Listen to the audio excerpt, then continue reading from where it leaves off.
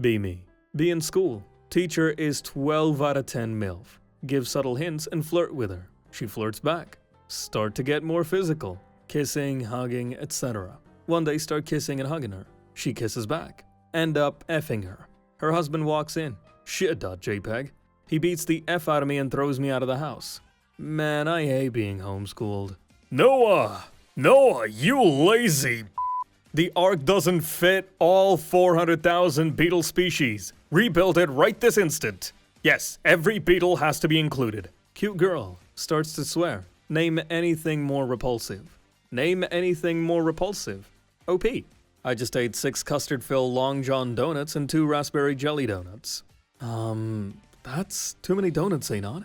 But they were so good. I am uniquely beautiful and youthful looking for my age, 29. My secrets? Mouth breathing, baby face, resting frown, no wrinkles. Crying all the time, makes eyelashes long and under eye puffy. Zero physical activity, no stress on my body. Bouts of melancholy, keeps hair from falling out. This is literally me. How do I fix this? Wait a year. Blocks your path. Speech 100.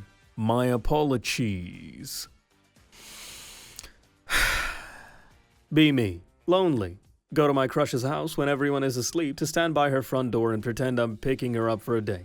Whisper stuff like, "You look beautiful today, and I love you even more. I brought you these flowers as beautiful as you."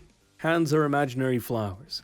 Realize there's a frickin' doorbell camera's bullshit on the door that I didn't notice because the door is black. Be frozen and staring directly at it for about 10 seconds. Frickin' leave. Hey Nons, please tell me this shit doesn't record as long as I don't ring the bell. I don't want my frickin' life to be over so soon. Be Polish. Get extremely drunk one night at a bar with a friend. Walk home. See bottle of pills. Friend dares me to take the entire bottle of pills. Extremely drunk, so do it. Wake up in hospital. Doctor speaks French. WTF.jpg. Don't remember anything. Immediately call my friend. He'd tell me when we were walking through the garage of my apartment building, the pills kicked in and I ran into my car and drove away. He hasn't heard of me in 4 days. Hang up on my friend in shock. Finally, they get a doctor that speaks English. Doctor tells me I showed up in a random French village, broke through someone's window, shit on their counter and collapsed. Doctor asked me what happened. I don't know, .jpg. A day later, they send me back to Poland. No one knows what I did in those 4 days. Narrator here. I'm gonna need some of those pills. Open YouTube Shorts. Open comments. Every single frickin' time. Bro is wild. Blood got violated. We blank with this one. Bro's aura is max. I'm not even gonna talk about TikTok. Dead internet theory my ass. Internet has become overpopulated, and it resulted in internet being average IQ and full of kids. Be me. 19. 5 out of 10, kissless, hugless virgin. Learn about thug maxing. Get idea. Start dressing like local drug dealers. Wear black windbreaker, aviators, and a Yankees cap. I'm white, so instant advantage over actual drug dealers. Go to the mall, go up to random girls and ask for their number. 3 gave me their number.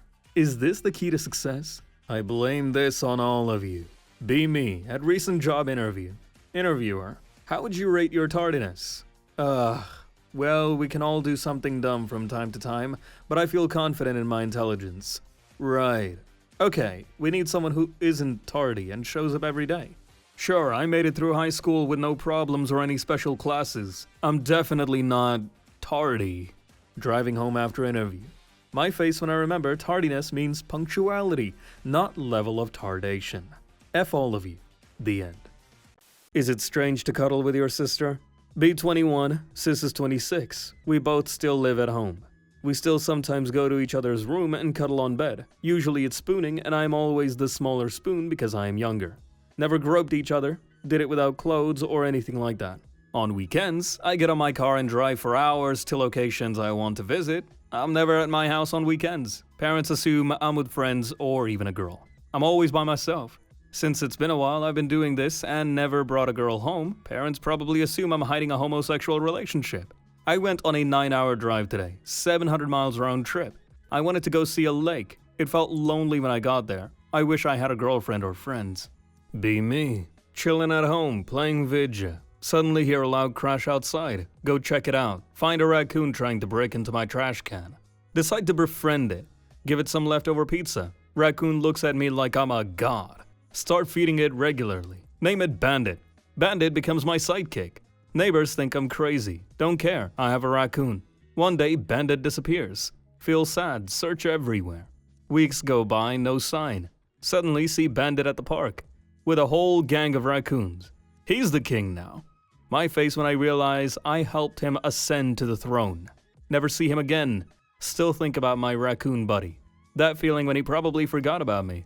But I'll always be his pizza god. 7-year-old cousin is coming over to stay with me for a few days. Excited to be with him because I am good with kids. Remember that I was obsessed with medieval history at age 7. Excited to see what his biggest interest is. Excited to be an uncle figure to him. He comes over, he's frickin' tarded and can barely count to 10. He doesn't even know how to read. Man. Be me. 32. Married to Amber for 6 years. First few years were amazing. Love, trust, partnership, all that good stuff. A year ago, she starts dropping hints about spicing things up in the marriage. One night, she straight up suggests opening the marriage. Says she feels restricted and thinks it would bring us closer by letting us explore. Initially, I'm against it, tell her it's not what I signed up for. Amber starts crying, says she feels suffocated and like she's missing out on life. She's the love of my life, so I reluctantly agree with a pit in my stomach. Set clear ground rules. Honesty, always use protection, no emotional attachments. Tell myself it's just physical, that it won't change anything between us. Fast forward a few months, and it's like we're living in 2 different worlds. Amber's constantly on her phone, swiping through apps, going on dates every week. Meanwhile, I'm struggling to find anyone interested in a married guy. Start feeling insecure, like I'm just a placeholder while she's living her best life. Convince myself it's just a phase and things will go back to normal. One night, Amber comes home looking happier than I've seen her in months. Sits me down and says, "We need to talk." Her words hit like a freight train. I'm pregnant. The way she avoids eye contact, I already know it's not mine. Ask who the father is, and she mumbles, "A guy named Caleb, but it's not serious."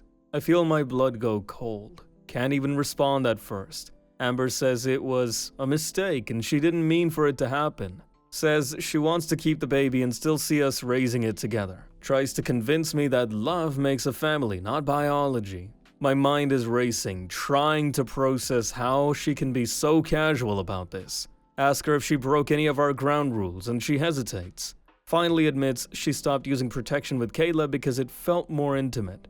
At that point, I'm beyond furious, but she just starts crying, saying, "You're my husband, this shouldn't change anything." She genuinely believes I'll stick around and raise another man's kid. Her audacity is both infuriating and baffling. Try talking to friends and family, and it's a mixed bag. Some say I should have expected this when I agreed to an open marriage.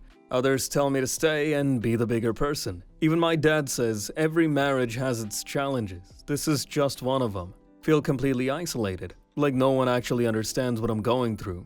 Meanwhile, Amber's acting like everything's normal. She's shopping for baby clothes, talking about nursery ideas, and even calls me daddy in a joking way. Start having sleepless nights, staring at the ceiling and wondering how my life got here. Realize I've lost all self-respect and let myself become a doormat for her happiness. Finally decide I can't live like this anymore.